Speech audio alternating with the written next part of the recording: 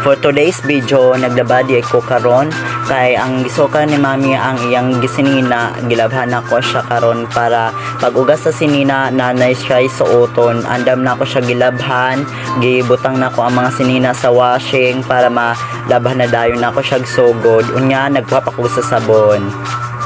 O gikuha na ko siya, tapos butangan ako siya tubig, butangan ako sinina, gilunod na ako ang sinina sa watching para malabhan ako ang sinina guys, para ang sinina dili na siya mabaho, para madiretso na nako siya og ay dayon pag ining paglaba. Karon dandahan ko sa paglabaan ng sinina, ang tod nga ni kuan ng sinina lunod na ko sa tubig. Unya nako gikuha guys nga sinina ang color green. Unya ako siyang gibutang sa washing para maahay na dayon nako siya, para pagugas sa sinina pwede na dayon masuot sa akong mami. Abin nyo guys, ang ako mami nakasuka man siya kay basta guys wrong story nga no nakasuka siya, daghan siya ilabhonon nga ako nalabhan guys, daghan ko gikuha guys, gisulod na po nako ang isa sa watching ang sinina.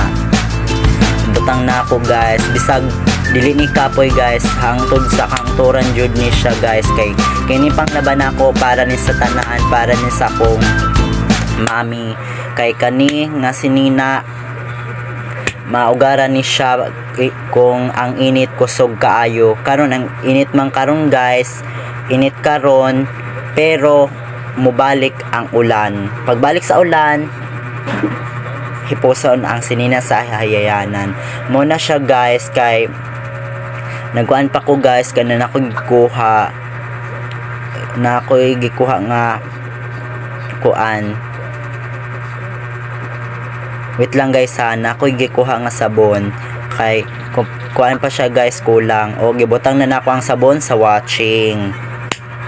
Kay kulangan og sabon, dili pa mo bula ang tubig. Kulangan siya guys, kay dili bula kaayo ang tubig. Part 2 nga video guys. Bye.